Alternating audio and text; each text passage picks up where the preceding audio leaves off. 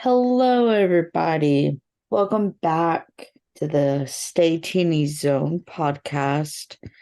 I am your girl, Luna, And I'm Knobbe. and today is our In Other News segment of our podcast where we talk about other things that are not K-pop related to kind of keep the podcast, I wouldn't say fresh, but like Open. open, like an open variety. So, in this week's episode, it's actually going to have two parts, but you won't get the other part for a whole nother week. So, Gotta but, wait. but this episode and the other episode is going to be about true crime. This one is going, I don't know much, but Kenobi told me that her true crime segment is about a unsolved serial killer. Yes. Okay. And that's all you know, Alrighty. because I didn't want you to know anything else. I didn't know if it was like an unsolved like serial killer case or just like an unsolved case. I just know that it's still true crime theme and it's something to do with the serial killer. Well, And you're that's gonna you're gonna know who it is right when I'm about to tell you the name. So this is actually one of my favorite cases. I knew a little bit about it before I researched, and when I researched, I found out so much more shit that and I already thought I knew quite a lot, but no, there's so much. So, this is a case of the Zodiac Killer. oh yes. Yes, my favorite. It has a movie about it as well. The movie's only like 35% accurate. So it's like, if you want to know more about the Zodiac Killer, don't base it off that movie. That movie is fantastic though, especially Jake Gyllenhaal. I love Jake Gyllenhaal, so I just love perfect. I just love how we just Ted Cruz, we just gaslit everybody into thinking Ted Cruz was a Zodiac killer. He's not. Oh, I know that, but I just find it so funny. So, for anyone who has been living under a rock their entire fucking life, the Zodiac Killer, who was more famous back in like the 1960s, nearing 1970s, the Zodiac Killer is just a pseudonym for the serial killer, as we have no idea who the serial killer is. He's unidentified. We don't know. He operated, though, in the late 1960s in Northern California. This case is one of the most infamous unsolved cases in American history because it's so unique and just so different from like literally any other serial killer case. And the main thing is because the guy sent letters, okay? So, little rundown, we'll get into the letters later. The Zodiac Killer claimed around 37 victims. Those are all claimed though. There's only like 5 confirmed ones, 2 injured ones, but the rest are just either possible or unconfirmed. But he has confirmed to 37. Whether that's true or not, no one really knows. But the main victims, we have one definite victim who was Sherry Jo Bates. And that was she was determined to be a definite Zodiac victim in November 1970. I believe one of his first ones. I believe so. But to go along with Bates was also one of his first letters. Let me find my little thing. There we go. Was one of his first letters, which appeared in April of 1967, specifically April 30th. And the letter just states, Bates had to die, there will be more. And that was it. But What the fuck? that's the first known letter that he sent. But he has not been, announced as the Zodiac. He's still just some random dude who's killing people, right? So, little more on the victims. There was other definite victims. There was David Faraday, I believe, and Betty Lowe Jensen, Darlene Farron, and Mike McGeow, I think. Cecile Shepard and Brian Hartnell and Paul Stein. Then there's a few possible ones like Ray Davis, Robert Domingos and Linda Edwards, Kathleen Johns, and Donna Lass. And then there was only 2 that were injured. The letters, okay? He sent, I believe, was around, I think like 30-something letters. The most notable ones, though, were the ones that were delivered on July 31st of 1969. There was 3 individual letters that all arrived to different news stations. The first one was to the Times Herald news station in Vallejo. And when I say news station, I mean like newspapers. Next one was to the San Francisco Chronicle. And the last one was to the San Francisco Examiner. I'm going to find the letter that has the most eligible handwriting because his handwriting is fucking trash. Yeah. Okay, maybe this one. This one, it starts out, all these start out, "Dear Editor," and he goes, "This is the murderer of the 2 teenagers last Christmas at Lake Herman and the girl on the 4th of July near the golf course in Vallejo. To prove I killed them, I shall state some facts which only I and the police know. 1. Brand name of ammo, Super X. 2. 10 shots were fired. 3. The boy was on his back with his feet to the car. 4. The girl was on her right side, feet to the west. The girl was wearing patterned slacks. The boy was also shot in the knee." He also put, "Here is part of a cipher. The other 2 parts of this cipher are being mailed to the editors of the Vallejo Times and Francisco Examiner. I want you to print this cipher on the front page of your paper.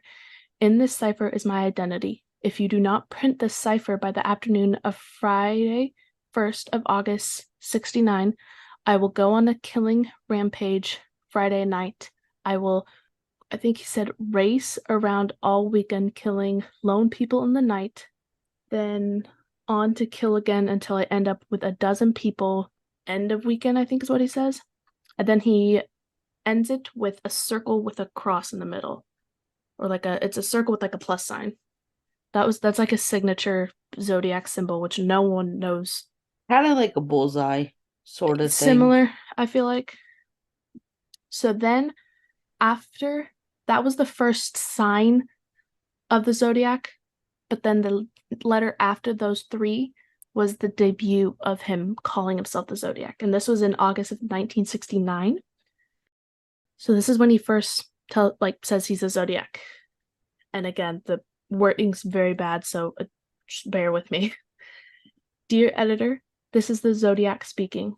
I ensure to your asking for more details about the good times I've had in Vallejo. I shall be very happy to supply more material." It's also really smudged. Let me see if the ending's not as bad. Oh, girl. This is not a good reading of this. I mean, at the end, though, he does put no address and then the sign, which that doesn't make sense to me. But that's the first letter of him calling himself the Zodiac. And then all the rest after that, he says, "This is the Zodiac speaking, blah, blah, blah, blah." Now, my favorite letter would probably be the last letter that he wrote, which was May 1978. This one does have the N-word in it with a hard R. I'm not going to say it, obviously. It reads, "Dear Channel 9, this is the Zodiac speaking. You people in LA are in for a treat. In the next 3 weeks, you are finally going to have something good to report. I have decided to begin killing again. Please hold the applause. Nothing is going to happen until I do.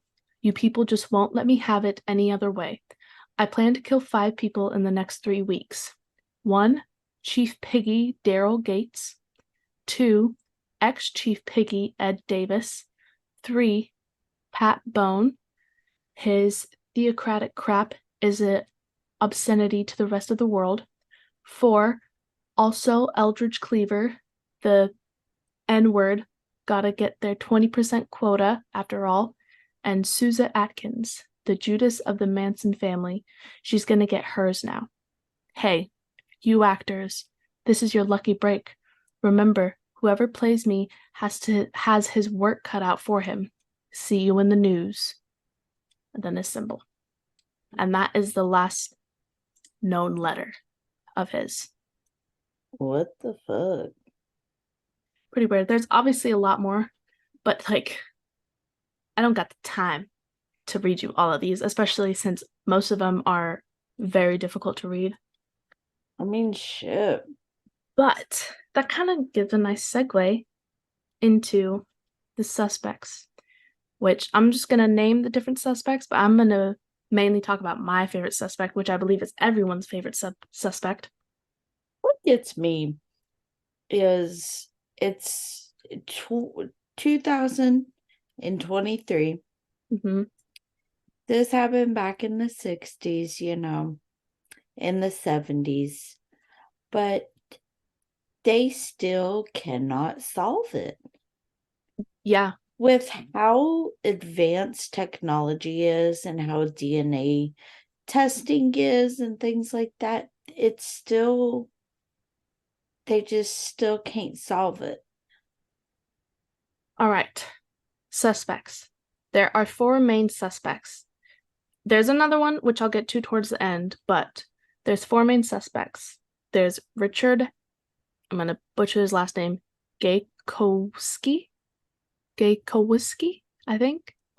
Mm-hmm. Rick Marshall, Lawrence Kane, and my favorite and everyone's favorite, Arthur Lee Allen, which you might recognize that name, Luna. I don't know how much you know about the Zodiac Killer, but you might recognize it. So, there is so much to go on for Arthur Lee Allen. Like, so much. So, he is one of the main suspects for the Zodiac Killer. And let me just tell you a little bit why. He was first connected to the Zodiac Killer on October 30th of 1966 when Sherry Joan Bates was stabbed to death at Riverside City, and 2 anonymous typewriter Bates murder confession letters were mailed to the local police and newspaper. So he was employed as an elementary school teacher in California, Calaveras County, I believe, at the time of the Bates murder. And by the time his employment ended in late March 1968, he had used only one of 19 available sick days. The day Allen was absent was November 1st, 1966. Initially, he attributed to being absent to school business. He was later charged with a sick day. Could be possibly that maybe he was murdering someone. I don't know. But there's also things saying that he was missing work on November 1st because of facial wounds inflicted by his victims. Maybe. I don't know. Possibly. Now, I could be getting ahead of myself, but you stated earlier that there were victims, were survivors? There was 2 survivor ones. Yeah. 2 that were only injured. Did any of them provide a police sketch? Yes, that's what there's a sketch out there that was made in 1969 based on eyewitness accounts. It's kind of weird looking. I don't know. I'll show you, Luna.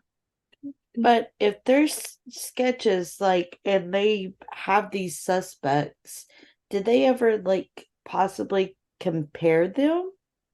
So, yes, as well. There's a little more I'll get into. There you go, boo. You can see that if you would like. Okay. But so I'll get a little more into that as well, since that's part of Arthur. He kind of looks like DB Cooper. Maybe, if y'all don't know who DB Cooper is, just a side note, he was some guy that got on a fucking plane and threatened to blow it up. Mm-hmm. Again, I'm just gonna go through little key points with Arthur. There's different things saying that he wore a Zodiac watch, which Zodiac is a type of watch brand.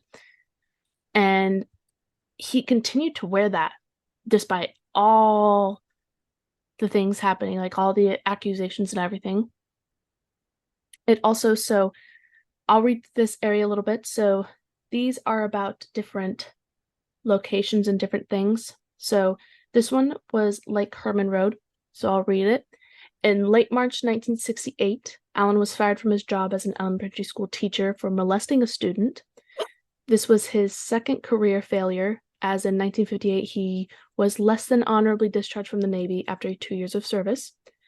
What? With no source of income, he moved back home with his mother and father at 32 Fresno Street in Vallejo. According to friends and family, Allen hated his mother and felt inferior around his father, Ethan. Ethan was a very successful military man. So the apparently motionless Lake Herman Road murders occurred on December 20th, 1968, just between Allen's December 18th birthday and Christmas, December 25th. Profiles indicate serial killers are always active in areas they are very familiar with. Allen was living only about 7 minutes from the Lake Herman Road crime scene. He had an explosive temper and was known to park and drink alcohol in rural settings such as Lake Herman Road, and always carried weapons in his automobile. To go off of that, in 1991, the search warrant executed by VPD revealed Allen owned the same type of ammunition used to kill the victims of Zodiac's Lake Herman Road attack. Seems a little suspicious to me. The other one, which the little point at the end, Luna, goes with what you were asking. This is Blue Rock Springs. So Zodiac's Blue Rock Springs attack of July 4th, 1969 was the second within 7 months to occur on the eastern outskirts of Vallejo. This time, the Zodiac was only about 4 minutes from Allen's home. Major holidays can bring out ugly behavior in people, and Allen was already dealing with unemployment and alcohol abuse. The male victim, Mike McGeow, I think is how you say it, survived the attack and gave police a description of Zodiac's car, brown in color, possibly a Corvair. At the time, Allen had a friend, Philip, who was trying to sell his brown Corvair.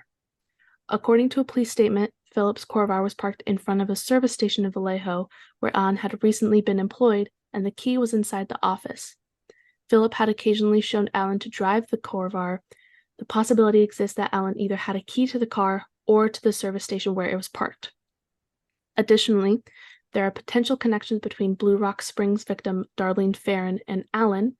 In 1966 to 67, Farron worked as a waitress at the International House of Pancakes on Tennessee Street in Vallejo, less than 1/10 of a mile from his house. At that time, it was alleged that to have told Don Cheney that he was fond of a waitress from that restaurant. Also, according to police report, an unidentified male named Lee was known to associate occasionally with Darlene. Allen was known by his middle name, spelling it Lee, like Lee.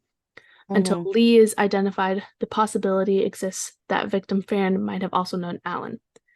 Finally, in 1971, Allen's father, Ethan, died. The date was March 17th, Darlene's birthday. It was yet another occasion when someone close to Allen died on a significant Zodiac date. Here's a little key point, Luna.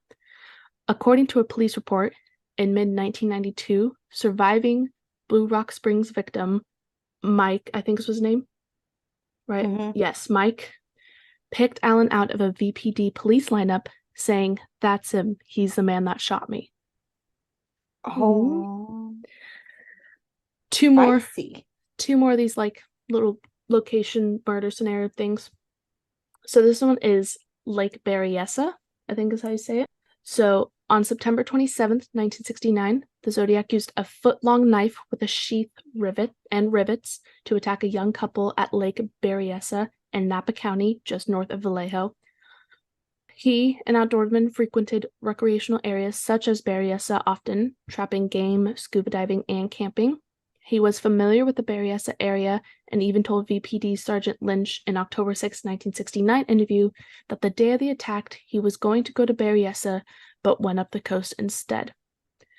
Allen first used a mysterious couple from Treasure Island as an alibi, but could never produce their names or phone number. Later, Allen attempted to use a deceased elderly neighbor as an alibi, claiming this neighbor, William White, had seen Allen the afternoon of the Berryessa attack and that the two had a conversation. Neighbor White died within a couple weeks of this alleged encounter. His birthday was December 20th. During a 1971 police interrogation, Allen admitted to having possession of bloody knives the day of the Berryessa attack, claiming he used the knives to kill a chicken. Alan's physical appearance and voice was the same as Zodiac's, according to surviving Berryessa victim Brian Hartnell. Hartnell had been taken to see Alan at his place of employment by a DOJ representative in the mid-1970s. Zodiac left size 10.5 footprints at the crime scene. According to the police report, Alan wore size 10.5. Another point, in 1991, the search warrant executed by VPD revealed Alan owned a foot-long knife with a sheath and rivets. To date, even though it was an item it was looking for, VPD had not attempted matching Alan's knife to the wounds of the various victims. Why that is, I don't know. It wasn't doing the jobs. No. Last little scenario. This is with Paul Stine. Mm-hmm. So this is the taxi cab attack. When Zodiac hailed Paul Stine's cab in San Francisco on October 11th, 1969, his original destination was Washington and Maple Street in Presidio Heights, an intersection featuring a school crosswalk. Amazingly, the address Stine was headed when he encountered Zodiac was 500 9th Avenue, the Allen Arms Apartments. On October 13th, 2 days after killing Stine, Zodiac mailed a letter threatening school children. Exactly 1 week earlier, Alan had been interviewed by VPD's Lynch at the elementary school where Alan worked as a janitor. If Lynch had asked to see Alan's driver's license, he might have noticed that the issue date was October 13th. According to a police report in 1991, his old nemesis Ralph Spinelli came forward to VPD claiming that just prior to the Stine murder, Alan had admitted he was the Zodiac and would prove it by going to San Francisco and killing a cabbie. After killing Stine, Zodiac took his wallet, car keys, and a portion of his shirt. In no other attack did Zodiac take items from his victims. It is a matter of fact that Zodiac did, indeed, prove he was Stine's killer, and he did so by including scraps of Stine's bloody shirt and a subsequent taunting letters to the news media. One such letter was postmarked November 9th, 1969, and contained a bomb diagram. Ingredients for the bomb included ammonia nitrate, fertilizer, and gravel. Zodiac claimed in the letter that the bomb was being stored in his basement and that his killing tools were acquired through mail order outfits. In 1991, the search warrant executed by VPD revealed Alan had, in his basement, handwritten diagrams for bombs comprised of ammunition nitrate, fertilizer, and gravel. Also found were mail order catalogs for bombs, guns, and booby traps. Alan and Stine had much in common. They were both students and both had the middle name Lee, but spelled Leigh by Alan. And both were born on December 18th. Perhaps December 18th was the most significant Zodiac date of them all. Now, I don't know about you, but if I had the same type of shit that the Zodiac had for a bomb in my basement, I'd be pretty convinced myself that I was the killer. I'd be like, fuck, you got me. Shit. I mean, even if so, like, the man had, like, his fingerprints all over evidence from the crime scene of Paul Stine. And if Alan was interviewed so much, they probably had his fingerprints. Like, they couldn't have, like, tried to cross-reference that shit. I mean, I'm not sure about that. They did do, like, DNA tests, which they did one, and the DNA did not match Arthur's DNA, but it was revealed that the Zodiac DNA that was used in the 2002 primetime Thursday TV show for it was actually a DNA sample found on the outside of a stamp that the Zodiac had used. And I guess in 2003, he had an alleged habit of having others lick his stamps and envelopes because apparently the taste of glue made him sick. I don't know. I mean, take what you will with that. That's why most people say that he's not the killer because the DNA didn't match, but it's also like, if he says that he made other people lick the envelopes and they took the DNA from that part of the envelope, it's like, But there's I don't know. so much other stuff that you could take DNA from.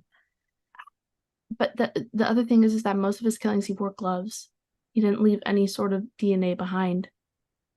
That's why it's so hard to get a conclusive result. Man. But he wrote a letter in 1975 from the confines of this one state hospital. I'm not going to name it because I have no idea how to say it, and I'm not going to butcher it. But from a state hospital where he was sentenced to serve time and undergo treatment after admitting guilt in a child molestation case. Mm-hmm. Again, his handwriting is very bad. I'm not going to lie. So bear with me, okay? I'll try my best to read this. Okay. So, here as Arthur Lee Allen, I was extremely interested in putting forward as low a profile as possible, and of course, Zodiac hasn't reoffended. In parentheses, I don't think, since I've been in here. One of the techs in here was sure I was Zodiac even after the lie detector test, and he was one of my sponsors. I could have been in here 10 years. He's on nights now, thank God. I don't miss him, not at all. My present advisor believes I'm ready to leave now, but he has to go against a few others who don't. The whole program is off, or the program has agreed that I'm nonviolent, in parentheses, haven't allowed myself the pleasure yet of blowing up and blasting anyone. And there's a chance that sometime after July, I'll be shipped to minimum security on back to court for outpatient treatment, but money has to be forthcoming from one state for county treatment. No dough, no go. So I went court too heavily on it. Besides, they'd like to keep me around to do their work for them. They're putting me up to be ward chairman next. I could care less, but I'll do it if it gets me out of here any sooner. Meantime, maybe Zodiac will reoffend and put a real end to my nightmares. But maybe that's a little selfish of me. Have a good day. Take care, Lee. Why he has to mention the Zodiac, I don't know. Why? Another question. Mm-hmm. Why couldn't they have cross-referenced his handwriting with the Zodiac's? Oh, so sweetheart, they did. I have a little photo here. So I will say, which I know none of you guys can see it, but I will give you the little website that you could go find it on, okay? It's just that easy. But this is on the zodiackiller.com website. You can find this in the Lee Allen section, which there's a whole page of his, and you can find the comparison of the handwriting. I will say the handwriting is very similar, but again, you can change your handwriting. My handwriting never looks the same when I write. That's very, very true. Because was Alan ambidextrous? He was left-handed. He claimed he was a boxer and had like some accident or something with his right hand, and so he couldn't write with his right hand. Even though, so there was another thing I was going to read that kind of has this in it and explains more into it. If you want me to read that, or do you have more to your question? I kind of had more to my question. Okay. Because, like, I'm ambidextrous. So if I write with my right hand, it looks very, like, neat and stuff like that. Mm-hmm. But I can also write with my left hand if push came to shove. And that's kind of what it looks like. It's like that he wrote with his dominant hand, Mm-hmm. like very decent, but then like maybe he trained himself to write with his opposite hand to make it look sloppy. So there wasn't even any debate about the handwriting or if the Zodiac Killer was ambidextrous or left-handed or right-handed until Alan became a suspect, because again, it goes more into it in this next thing I'm gonna read, Okay.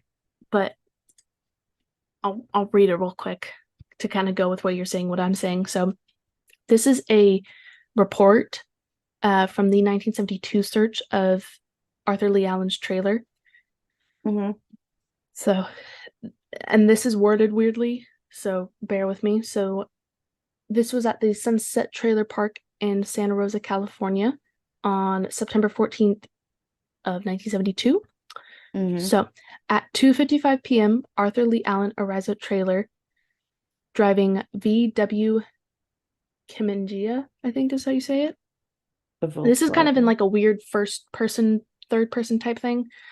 So, asks what is happening, reintroduce ourselves and other officers present. Allen is shown original copy of search warrant, and same is explained to him. He is told that as before in Vallejo, we are still investigating the Zodiac murder case. He accompanies us into the trailer. He is asked if he will give us a sample of his handprinting. He complies. He is asked to write with his right hand. He states that he cannot because he is left-handed. He is advised that we are only interested in sample of his right hand printing. He complies, starting to write in longhand. He is then told that we request printing only. He then begins to print with his right hand, protesting that he does not write with same and finds it very difficult. He states that he has very little ability with his right hand. He completes a small amount of printing with right hand with what appears to be great difficulty. Finally, stating he finds it impossible to print with the right, he completes a small amount of printing with right hand with what appears to be great difficulty. Oh, this part's repeated, sorry, hold on.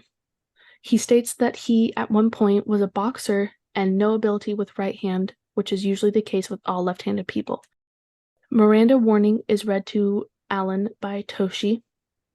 Allen is again asked if he can recall any conversation in late 1967 in which he made statements as previously outlined by witness Cheney. He states that he cannot recall having made such statements. Allen states that he had thought of this, and the only person that could have given this information to us was a Dick Woodruff. Allen was asked as to his opinion of a Mr. Donald Cheney. He states that Cheney is a nice guy, it looks like gay on this, is a nice guy and very reliable. Allen is then told that the information as to Allen's statements in 1967 came from Donald Cheney, that he and Cheney were allegedly in his room in Vallejo, that Cheney was leaving through a Playboy magazine that they were discussing hunting, that Allen brought up the subject of the book, The Most Dangerous Game, that Allen allegedly stated that you could seek out victims in Lover's Lane area at nighttime, shoot them with gun with flashlight attached to barrel, that he would call himself Zodiac, that you could send letters to police, chiding them, I think is what it says, that you could shoot children as they come out of school bus after shooting out the tire. Allen denies any recollection of any conversation with Cheney. Allen is asked if in said conversation or in any conversation he discussed writing letters and disguising your handwriting. He states that he does not recall any conversation of this kind. States that if he made any such statements, he is sure that he would recall them. They also have a interview or conversation with Don Cheney, who's the guy. Do you have any questions about the left-handed stuff before I go to that? No. Okay. Don Cheney met Arthur Lee Allen in 1962 and maintained a friendship with him through 1968. Their friendship ended in 1969 after a New Year's Day conversation, in which Allen spoke of killing at random and calling himself Zodiac. Cheney soon moved to the Los Angeles area and eventually came forward to the police after reading a quote in the newspaper article that spurred his memory. The quote was the Zodiac Killer's threat to shoot out the tires of a school bus and kill the children inside. Just months earlier, Cheney realized Allen had talked of doing the same thing. This person says I'm not sure who gave this interview. Oh, this is Tom, I'm going to butcher his last name, Voigt, Voigt, and this, I believe, was in actually the 2000s. He interviewed Don on December 30th, 2000. He allowed him to record the nearly 3-hour encounter, and there's some excerptions of the conversation, which I'll read. So, Tom says, do you think the possibility exists that Zodiac was not Arthur Lee Allen? Dawn says, I've thought about that from time to time, and I don't see any way that it could not be Arthur Lee Allen. If it was not him, he had to be somebody that looked like him and was a close friend of his. Somebody that maybe they conspired together, or that he talked to the way he talked to me. Somebody could have quoted that quote. Tom says, so you believe that Zodiac was definitely Arthur Lee Allen? Dawn says, I'm morally assured that it was Lee. Tom says, did Lee ever date? Dawn says, no. Tom says, was he homosexual? Dawn said, I don't think so. I don't know if he became that way or not, but he was interested in women, but he didn't have much luck with them. Tom says, was there anyone in particular he was interested in?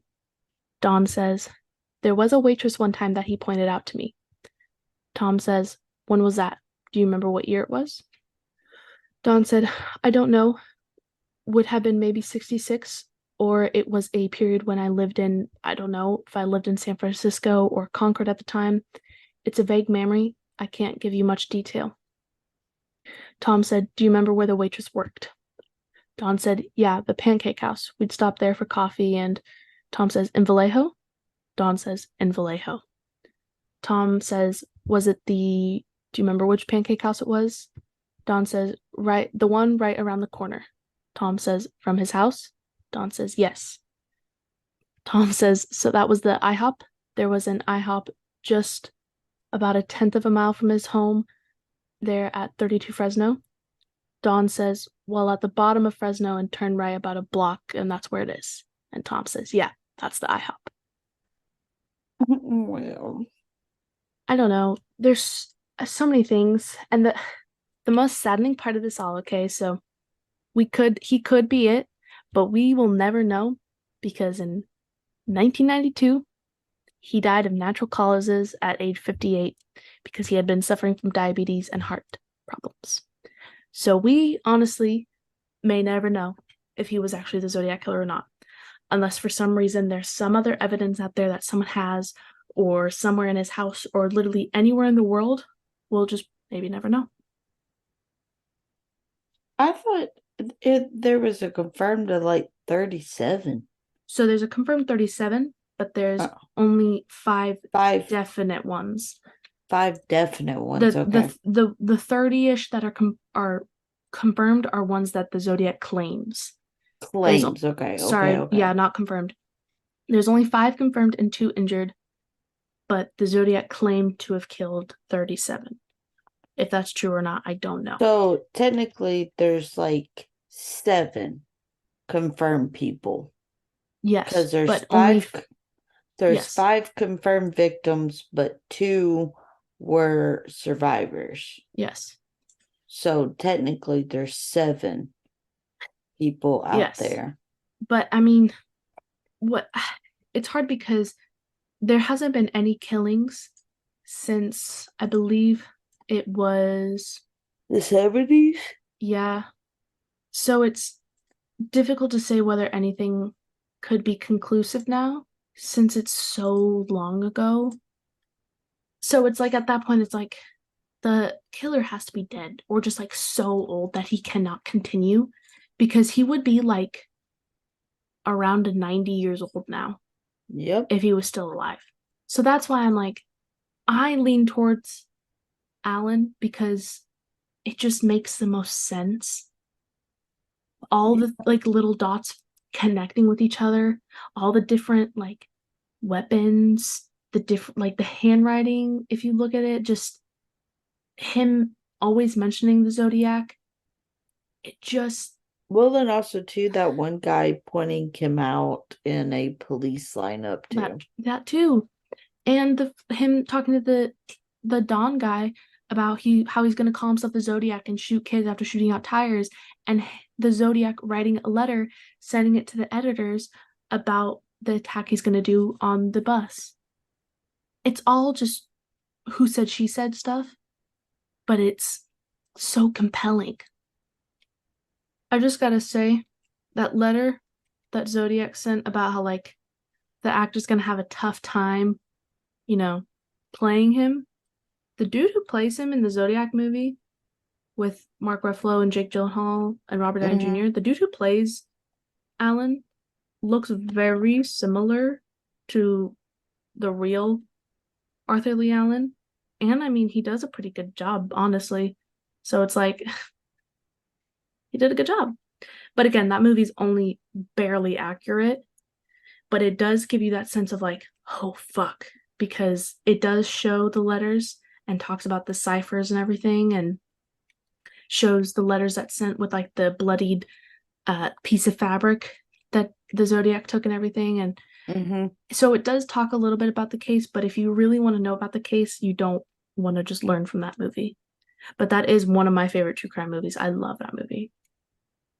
But that's all I got, as we would be here forever if I went through every single detail of this case. Well, it is one of the most famous true crime cases. But it does irk me. Like, it makes it just, that's like my bucket list thing is I want this case to be solved before I die, and I don't think that will ever happen. But Trust me. it's that one bucket list thing, and I'm like, come on, please. That's how I feel about the Black Dahlia case, because the Black Dahlia case happened back in the 1920s. Mm-hmm. And it's 2023 and it's still not solved. So this case is literally 100 years old and it's still not solved. And there's like so many suspects and things like that, but the case just ran cold and probably will never be solved because it is literally more than 100 years old. Well, let us know what your guys' favorite unsolved cases. Doesn't even have to be a serial killer case, just any unsolved case. I'd love to hear them, comment Mm-hmm. them, whatever. Yep. But yeah. Let us know on our social media, and also too let us know like if you want us to do more true crime stuff, like we actually just make another news, like just talking about our thoughts and feelings on serial killers, unsolved things. Alrighty, I've been Luna. I've been Kenobi. Peace out, bitches. Bye.